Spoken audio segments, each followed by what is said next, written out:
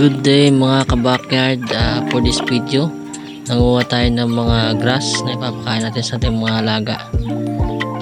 Medyo marami-rami na rin yung mga alaga natin. Alam naman natin kasi yung diet nila ay mostly grass.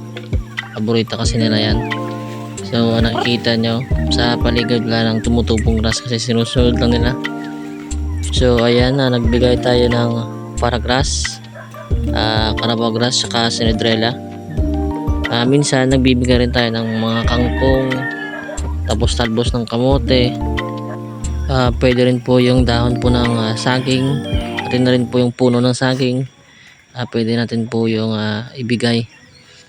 Napakahalaga pong magbigay tayo ng mga grasses, mga dahon-dahon po.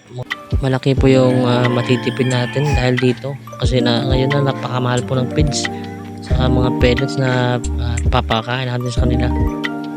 Pero nagbibigay pa rin po tayo ng pellets or feeds sa ating mga alaga kasi kailangan po natin ng calcium at protein, which is mga galing yan sa mga pellets na binili natin, at kailangan rin ho yun ng ating mga inahin para mangitlog po sila.